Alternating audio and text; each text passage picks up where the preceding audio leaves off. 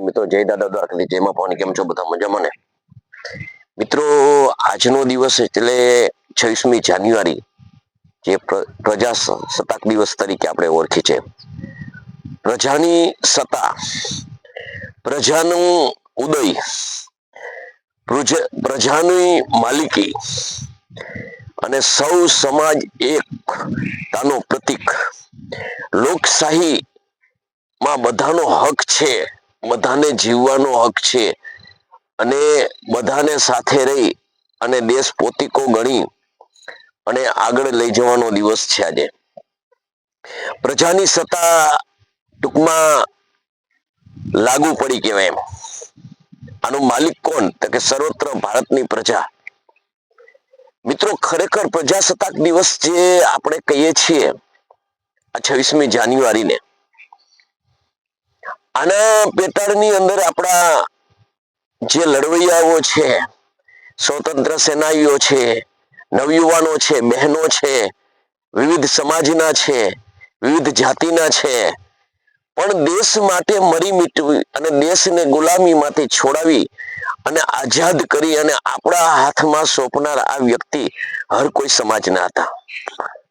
હર કોઈને દેશ પ્રત્યે, રાષ્ટ્ર પ્રત્યે જે લગાવ હતો, ત્યારે આજે આપણે આઝાદ છીએ.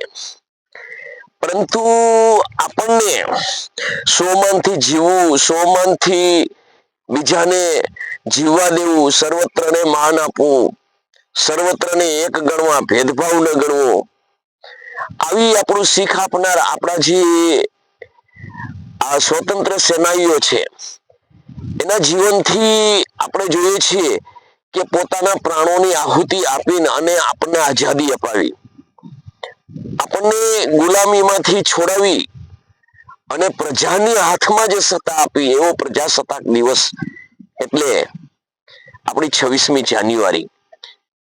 મિત્રો આનો ઉદ્દેશ એક જ હતો, સર્વ સમાજ, સર્વ જ્ઞાતિ એક બની રહે, રાષ્ટ્રને ઉપયોગી થાય, રાષ્ટ્રને વફાદાર થઈને રહે અને આ રાષ્ટ્રને આઝાદી અપાવનાર હર કોઈ સમાજ, હર કોઈ વ્યક્તિને કોઈ ભેદભાવથી ન જોવે અને એકતાની મિસાલ સમજી એક બની અને દેશમાં રહે, રાષ્ટ્રને સમર્પિત થાય, રાષ્ટ્રનો વિકાસ થાય, રાષ્ટ્રને વફાદારી, આપણા સૈનિકો પ્રત્યે સહાનુભૂતિ દર્શાવે, આપણા સૈનિકો સરહદને કિનારે જે દુશ્મનોની ગોળીઓ છાતીમાં ખાઈ અને જે પોતાના પ્રાણોની આહુતિ આપી અને શાહિદી ઓરે છે, એને આ પ્રજા સાર્થક કરે, એની કિંમત કરે, એને અમૂલ્ય એનું જીવન ગણે. આવું આપણને આ જે દિવસો આવે છે, 26મી જાન્યુઆરી, 15મી ઓગસ્ટ આવે, જે આપણા પર્વ આવે છે ને, રાષ્ટ્રીય પર્વ, એ આપણને કંઈક સૂચવી જાય છે. ખરેખર આપણને સ્વતંત્ર આપણા જે દેશ માટે સમર્પિત થયેલા, જે આપણા કુરબાની દીધેલ છે, એવા બધા આપણા સર્વ સમાજના જે આ ભારતના ભડવીરો જે છે, બહેનો છે, એ ભારતના ભડવીરોએ આપણને આઝાદી અપાવી છે, એનું આપણે મૂલ્યાંકન કેટલું કર્યું, એને આપણે સમજ્યા કેટલું? ખરા અર્થની અંદર આપણે આપણા હાથની અંદર આપણી સત્તા આવી ખરી? આપણે રાષ્ટ્રને વફાદાર રહ્યા ખરા? આપણે રાષ્ટ્રને સમર્પિત થયા ખરા? આપણા સૈનિકની વ્યથા વેદના આપણે સમજી ખરી? આપણા સૈનિકના પરિવારને પોતીકો ગણ્યો ખરો? આવું હર કોઈ કઈ આપણને આમાં શીખવી જાય છે. આજે જે પર્વ આવે છે ને, એટલે આપણે કેમ બેટરી લો થઈ ગઈ, ચાર્જિંગ થાય, એમ મને ને તમને સમજાવે છે કે આપણે આ જે પર્વ આપણે ઉજવીએ છીએ ને, એના પાછળ જ્યારે આપણે આઝાદ કર્યા ને, એને આના માટે ઘણું ઘણું કર્યું છે. પોતાનો પરિવાર હતો, કુટુંબ હતું, એને ઘણા અરમાનો હતા જીવનની અંદર, એ સુખી સંપન્ન હતા, છતાં મારા ને તમારા માટે જેણે પોતાનું જીવન ન્યોછાવર કરી દીધું છે.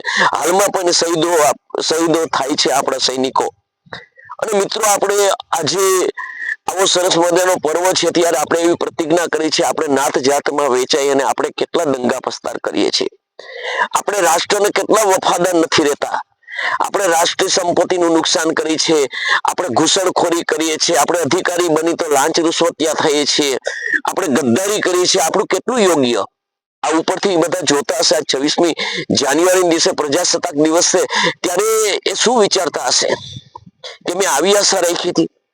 તો મિત્રો આવું આપણા હાથે ન થાય અને આપણે રાષ્ટ્રને વફાદાર રહીએ, આપણે ગદ્દારી ન કરીએ, આપણે રાષ્ટ્રીય સંપત્તિનું નુકસાન ન કરીએ, આપણે રાષ્ટ્ર હારે છેતરપિંડી ના કરીએ, આપણે એકચારો ભાઈચારો અને સર્વત્ર એક બનીને રહીએ એવું આ સૂચવે છે.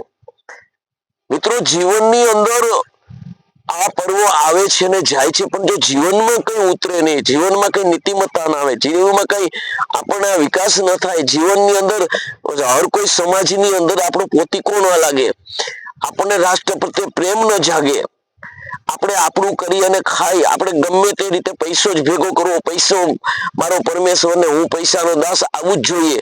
આપણે કરોડો અબજો રૂપિયાની અહીં મિલકત એકઠી કરીએ અને દેશ સાથે આપણે ગદ્દારી કરીએ, આપણે દેશની સંપત્તિને લૂંટીએ, આપણે પ્રજાના વિકાસના પૈસા અધિકારી થઈને લૂંટીએ, આપણે નેતાઓ થઈ અને પ્રજાના જે મારી જવાબદારી છે જવાબદારીમાંથી આપણે છટકીએ, પ્રજા દુખી હોય અને આપણે કરોડોમાં આરોટતા હોય, આપણે ખેતીને આપણે નષ્ટ કરીએ, આપણા જવાનની વેદનાને આપણે સમજીએ છીએ, આપણા જે જવાન શહીદો વીરો છે, શહીદ થયા છે, એના પરિવારને કોર્ટ કચેરીના ધક્કા ખાવા પડતા હોય, એને ઉપવાસ આંદોલન ઉપર ઉતરવું પડતું હોય, તો મિત્રો ખરેખર આપણે પ્રજાસત્તાક દિવસને આપણે સમજી શક્યા છીએ? આપણે જય જવાન જય કિસાન કહીએ છીએ, આની વ્યથા અને વેદના, આનું મૂલ્ય શું છે એ આપણે સમજી શક્યા છીએ ખરા? મિત્રો 26મી જાન્યુઆરી કે 15મી ઓગસ્ટ આ જે પર્વ આવે છે ને, એને આપણે ત્યારે સમજ્યા કે આપણે દેશને વફાદાર રહીએ, આપણા સૈનિકને આપણે વફાદાર રહીએ, આપણે સૈનિકને આપણે સમજીએ, આપણી સૈનિક છે એ આપણે વાત કરીએ છીએ કે આપણો પોતીકો છે, -ડિગ્રી તાપમાનની અંદર, બરફની અંદર થીજી જાય છે અને શહીદ થઈ જાય છે. તમે વિચાર કરો, એને અરમાન છે, એને કુટુંબ છે, એને પરિવાર છે, બધું છે, તો આપણે આપણા માટે અવડું કરતા હોય, આપણે અવળી સંપત્તિઓ દેશની અંદર ભેગી કરીને પડ્યા હોય અને આપણું કરતા હોય, પણ એ લોકો જ્યારે સરહદ ઉપર છે ત્યારે આપણે અહીંયા સલામત છીએ, એની વ્યથા વેદના આપણે સમજી છે ખરી? આપણે એને ઓળખ્યો છે ખરા? તો મિત્રો ખરા અર્થની અંદર આવું જ્યારે આપણે વિચારીએ ને, આવું જ્યારે આપણે સમજીએ ને, તે સમજવું કે આપણે જે છે ને એની આપણે ખરા અર્થની અંદર આ 26મી જાન્યુઆરી ઉજવી કહેવાય. મિત્રો ખરા અર્થની અંદર આપણે એકબીજાને રાષ્ટ્રને સમર્પિત થઈ અને રાષ્ટ્રને વફાદાર થઈને જીવીએ, આપણે રાષ્ટ્રને નુકસાન ન કરીએ, રાષ્ટ્રમાં હર કોઈ નિમેલો કર્મચારી ભ્રષ્ટાચાર ન કરે, આપણે પણ લાંચ દઈ અને આપણે કોઈ કામ ન કરાવીએ, આપણે પણ એ ભ્રષ્ટાચાર ન કરાવીએ અને કરે તો ન કરવા દઈએ, આવી જ્યારે દેશ પ્રત્યે જ્યારે તમને લાગણી આવશે ને, ત્યારે આપણે 26મી જાન્યુ ખરા અર્થને સાર્થક કરી ગણાશે. મિત્રો આપણા માટે જેણે બલિદાનો આપ્યા છે, આપણા માટે જેણે શાહિદી વહેરી છે, અને હાલમાં પણ તમે જુઓ કે 18-18, 20-20 વર્ષના યુવાન મિત્રો સરહદ ઉપર શહીદ થઈ જાય છે, અને વ્યથા વેદના નથી સમજાતી, અને તમે આપણે આપણા એકબીજાના વાદ વિવાદમાં, એકબીજાના આપણી લુચ્ચાઈ વાતોની અંદર આપણે કેટલું પતન કરીએ છીએ, આપણે કેટલું રાષ્ટ્રને નુકસાન કરીએ છીએ, આપણે રાષ્ટ્રીય સંપત્તિનો દુરુપયોગ કરીએ છીએ, આપણે રાષ્ટ્રીય સંપત્તિને જે છેડછાડ કરીએ છીએ.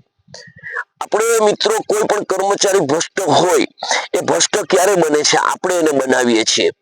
આપણે એક 5 રૂપિયાની લાલચની અંદર આપણે રાષ્ટ્રને 5000નું નુકસાન કરાવીએ છીએ.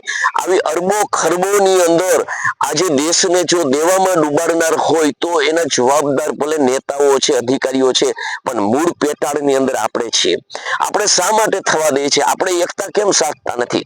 આપણે રાષ્ટ્રને કેમ સમજતા નથી? આપણે આપણા સૈનિકની વેદના કેમ સમજતા નથી?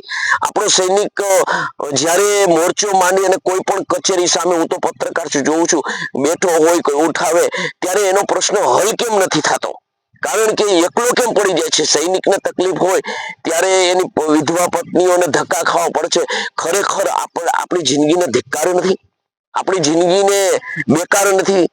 એ આપણે અરબો ખરબોની આપણે કરોડો રૂપિયાની ગાડીમાં ફરતા હોય, અરબો ખરબોની મિલકત દેશમાં રાખીને બેઠા હોય અને છાવણી નાખીને અથવા વૃદ્ધ માતા કે યુવાન બેન જે શહીદની પત્ની હોય એ કોર્ટ કચેરીએ ધક્કા ખાતી હોય, ધિક્કાર છે આપણી જિંદગીને. આપણી જવાબદારી નથી આવતી, આપણી નૈતિક જવાબદારી નથી આવતી.